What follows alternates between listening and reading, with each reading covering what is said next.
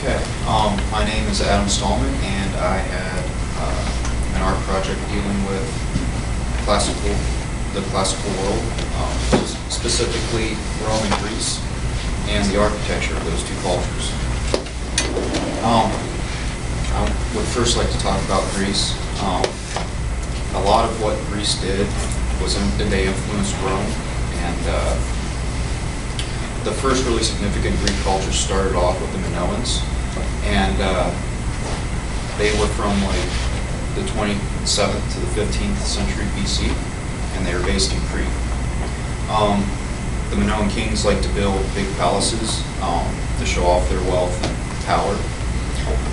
The largest palace was built at Knossos, and surviving Minoan art, because it's so old and was created so long ago, we have only little bits and pieces of the art has survived. But most of it is in ceramics, frescoes, and stone carvings. And Minoan art was influenced by the Egyptian culture. And the Minoans influenced another group of Greece called the Mycenaeans, and they were on the mainland.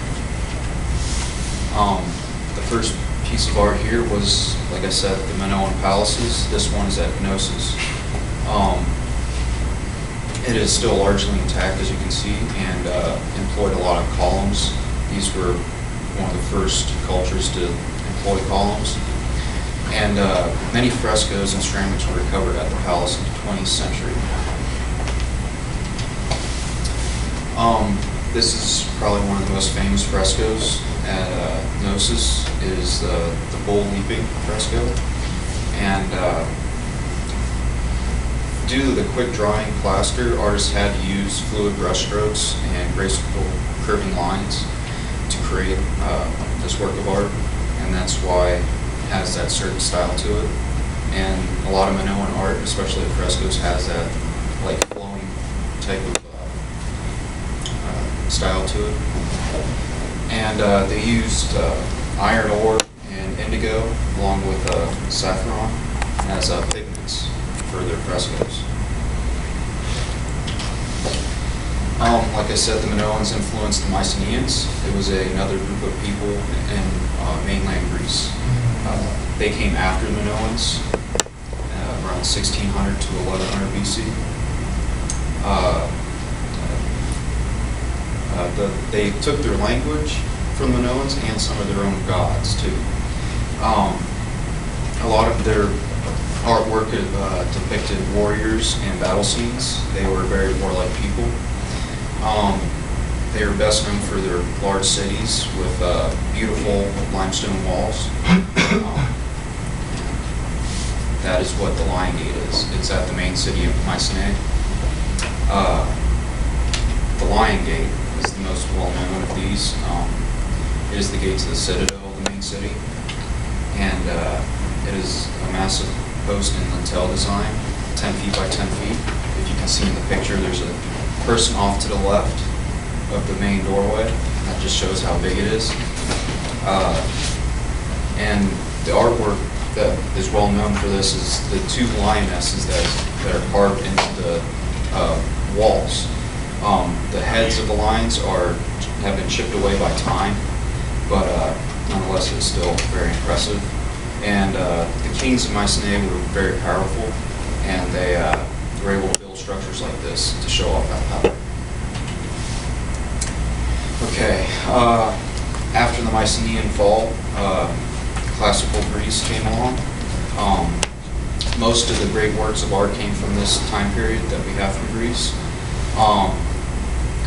They also did a lot of ancient wonders of the world. They perfected the column and lintel style of architecture. They had three types of columns: the Doric, the Ionic, and the Corinthian. The Doric is the most simple of all the types of columns and most widely used, and it just gets more complex all the way up to the Corinthian. And we can still see these types of columns being used in modern day. That's a picture of the White House there with the Doric style column in the front.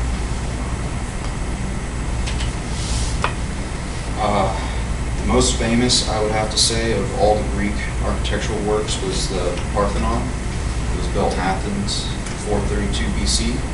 And it was built to house the statue of Athena. The Greeks and the Romans liked to build structures around statues or statues incorporated into their architecture to give them a certain feel of like just how large a structure is.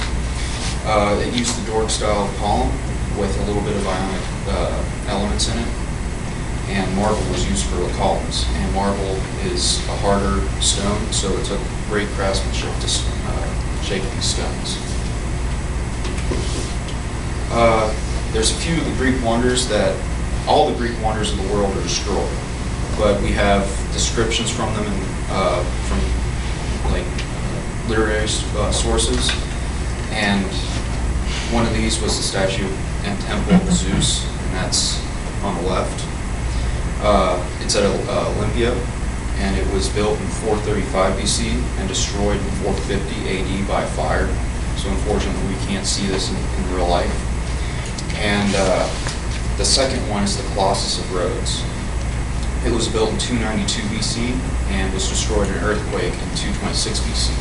It straddled the harbor to Rhodes. Its feet straddled the harbor, and that just was how large it was. A full sail boat could sail underneath it. And it was made out of bronze. Two more of the structures that are destroyed was the Temple of Artemis and the Mausoleum at Halicarnassus. These were built by either great cities or great kings to show off their influence and power. And that's a theme with Greece and Rome, that they like to show off how much wealth they have built up by building these magnificent structures. They build them out of marble, granite, and gold.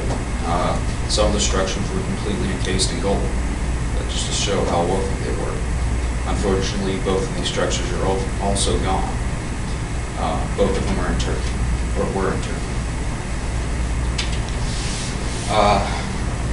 A lot of what the Greeks built centered around their gods as well. The temple at Delphi was the main center for the oracle.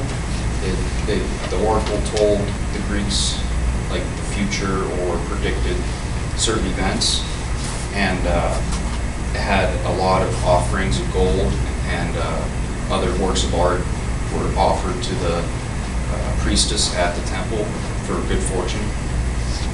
And a lot of statues of the Greek gods were said to be there, but unfortunately the temple has fallen into ruins, like so much from this time period.